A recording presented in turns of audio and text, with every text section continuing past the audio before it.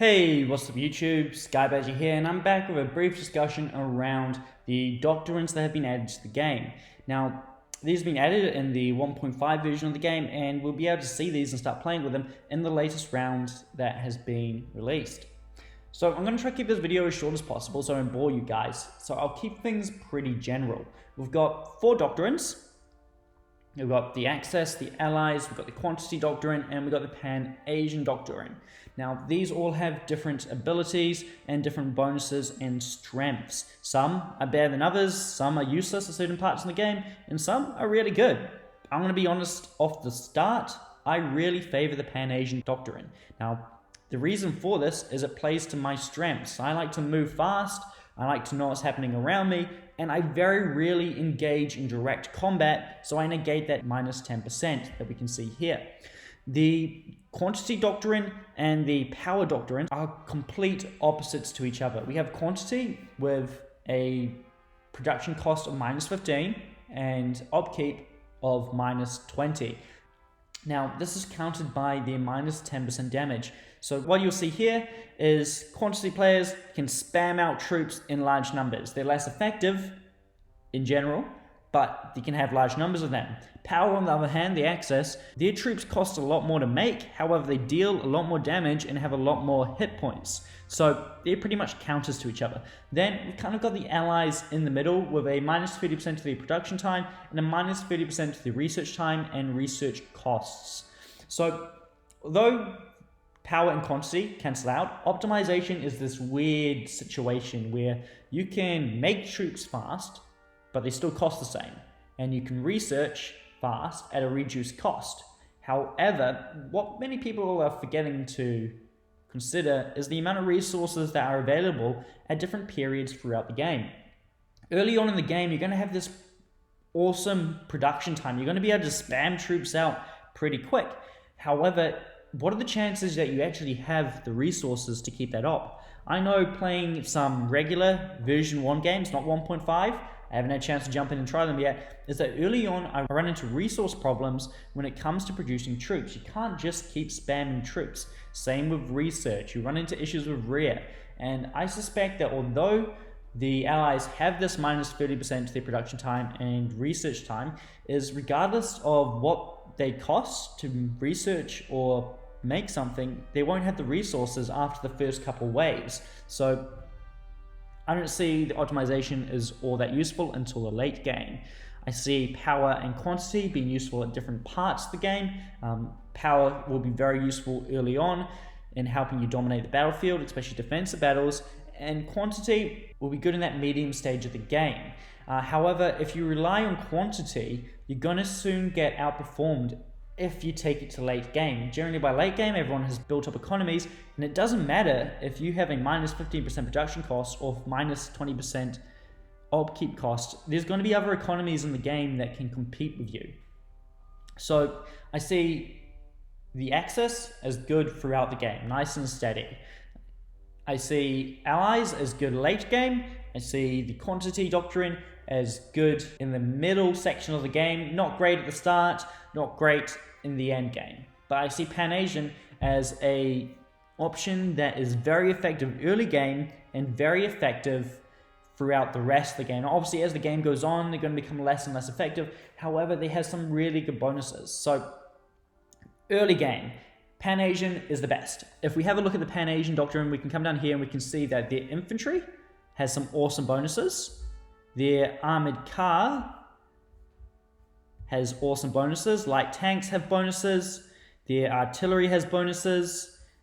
Their interceptors have bonuses. And those are all of your early game units. And that's going to allow them to really follow through on what they're made to. Surprise! They're going to be unstoppable with that plus 10% movement speed and view range. They're going to be able to see any threats and outmaneuver them quickly and get around their enemies. And even then, that movement speed and that view range is very effective late game. So interceptors, for example, if we come down to them, interceptors is a unit you'll be using throughout the game. If we have a good look at the interceptors, we can see that they get an additional plus 15% view range and a plus 15% against interceptors. So they're going to be the go-to interceptor for any Coalition Air Force, just down to that strength. They have a massive view range, their attack range is bigger, they do more to aircraft, and they can see further away. They are super effective. On top of this, they also have an awesome naval bomber. So, they're going to be the best for seafaring operations. They do more damage to ships and submarines, but they're also faster because they're of the Pan-Asian Doctrine, and they also have a massive boost to their view range, which should give them a massive bonus over any enemy naval bombers or enemy fleets. If we have a look at the others, for example, the Axis are very powerful. They already have these plus 15% to their damage and hit points. However, if we come down as well, we can also see that they get some meaty bonuses to motorized infantry. However, I don't see this being too effective. Motorized infantry is a very niche unit that very few people use. Now, these bonuses might encourage Axis players to use them, but I don't see that happening. If we come further down as well, they got a boost to the anti-air, which is great, to be honest. I use that in most of my stacks. If I wasn't a Pan-Asian, I'd definitely come across to the Axis just for the anti-air. Honestly, half my armies, late game, mid game, is like all anti-air, so to have some more effective stuff would be great. They also have better medium tanks with a plus 50% movement speed and hit points. So if their damage and hit points wasn't already high enough, their medium tanks are going to be machines. They're going to be real hard to beat. And I feel like for the Axis players, this will make medium tanks a must-have unit.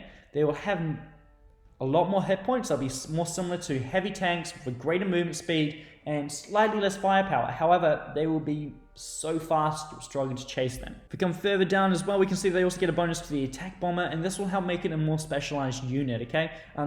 Unlike other factions, which will have to split between the tactical bomber and the attack bomber, due to these two bonuses here, the Axis players might find it easier just to focus on interceptors, attack bombers, instead of having to have combinations of other aircraft. Moving on as well, we can also see that, just like in history, the Axis powers have very good submarines, plus 15% movement speed and plus 15% against destroyers. Now this will give them a good bonus op on the Quantity faction and the Pan-Asian faction, so these two over here. However, against the Allies, won't make too much of a difference because their destroyers are made to pretty much directly counter the subs. So that's a nice bonus to the Axis, but not really too big of a deal.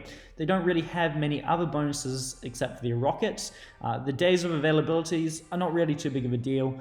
So rockets, plus 15% against all. If you're going to spam rockets, this is probably your best option. It would do way more damage. However, if you are the Quantity faction, arguably cheaper, make it a hell of a lot cheaper to spam rockets. They just won't be as effective as your Axis counterparts. They also have a nice boost to the rocket fighter. However, who used the rocket fighter in the first place? If it had a maybe 50% boost to its range instead of maybe movement speed or damage, I'd consider it again. However, that range is still so small, it's not worth using. Apart from that, they have no further other bonuses. So the point of your Axis is they hit hard with powerful attacks, and they'll be hard to stop. So with their tanks, those medium tanks in particular, they're going to carry a hard punch, and if they pair those up with motorized infantry and anti-air, they're going to be pretty tough to stop. Coming over to the optimization or the allies, they don't really get too much of a bonus down here. Their biggest bonuses come in the special troops. You can see the commandos and the paratroopers get pretty good boosts. This will make the commandos really powerful. However, they're already pretty hard to make in the first place. The minus 15% to the production cost of paratroopers will make them a more viable option, considering you can only produce them in your capital, which is a small bonus in the grand scheme of things. Coming down as well, they also get a good bonus to the SP artillery, plus 15% against armor, and that's a good boost. The hit points don't make too much of a difference. If your hit points are coming into question, you're using artillery wrong, so I'm not too concerned about that. Once again, it doesn't seem to be much that's really special about the allies. They are a little bit more mechanized, as you can see. Tank destroyers got to boost their movement speed and production cost, and that could be useful, but I just feel like unless the meta of the game changes, we're not going to see much difference here. No one's going to go for tank destroyers. Coming down into aircraft, the tactical bomber gets a boost, which could be handy, I guess, a plus 15% again of attack range. However, the problem with this is you have to pair them up with interceptors. If you're not pairing your tactical bombers up with interceptors, they're going to get shredded. So your plus 15% attack range is not too big of a deal and will not make a difference at all because you'll be pairing them up with interceptors.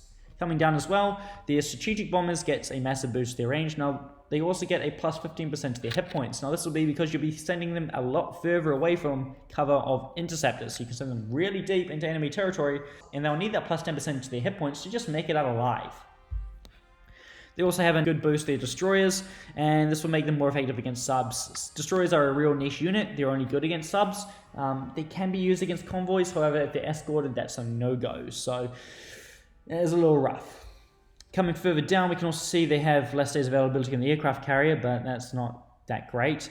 And apart from that, the next bonus is nuclear rockets. Now, if you're in an arms race with your enemy and you're really pushing for nukes, Analyze is the way to go.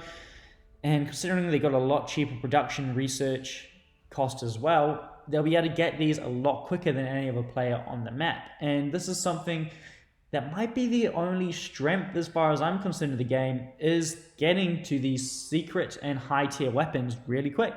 The Allies can do it. They can get those nuclear rockets, they can get those nuclear bombers, they can get those atomic bombs 30% faster at 30% of the price, and that is a massive advantage right there. Now, I've only got one left. We've got quantity. Now, these guys, pretty meh, if you ask me. Like I said before, they have production costs and upkeep bonuses, so everything's cheaper for them. However, they do less damage. Militia is a horrible unit, and despite plus 50% in the mountains and urbans, they're still a pretty trash unit. The infantry actually get some nice bonuses as well. So the upkeep is further decreased by another 15%, and the production timer is decreased as well, and this will make it really easy for quantity players to spam out infantry armies. If we come on down, they don't get much more in the infantry tab, but the artillery also gets production time and production cost. So from quantity players, you're going to see large infantry armies. You're going to see large armies with infantry, artillery, anti-tank, and anti-air. It's cheap, they can produce it fast, and it is effective. I mean, you look at this here, plus 15% against light armor and heavy armor. This is kind of the boost that anti-tank guns have needed all along. Due to the fact they have 10 hit points, they're already pretty ineffective.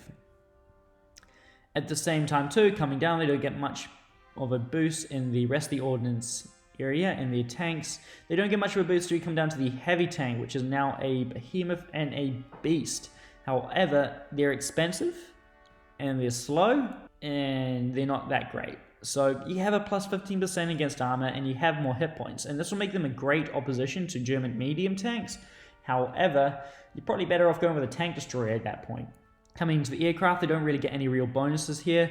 In the Navy, they get a bonus to the cruisers. However, cruisers, I mean, don't get me wrong, they're great for defense against air, but you shouldn't be relying on their hit points too much. No one's going to be sold on the quantity doctrine because you get a plus 15% to your hit points on cruisers.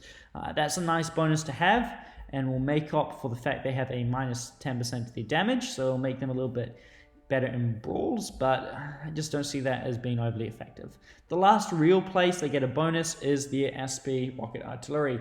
Now, plus 15% to any movement speed is a massive bonus, and the plus 10% against damage to all enemy troops is great. I'm yet to see this troop in action though, so it's hard to say how it will perform.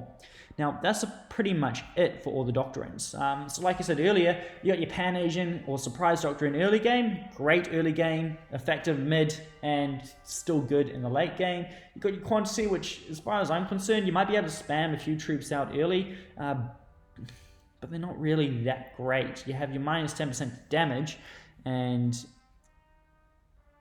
you can get more of that out, but they're not really going to be that effective. At the same time, too, they might be cheaper, but that's not going to make a difference until you get to day 5 or 6, to be honest. Optimization is going to be good through the medium game and the late game. However, the early game, you don't have the resources to really exploit it. And that'll be interesting to see how players make up for that. That minus 10 movement speed as well really will give them problems.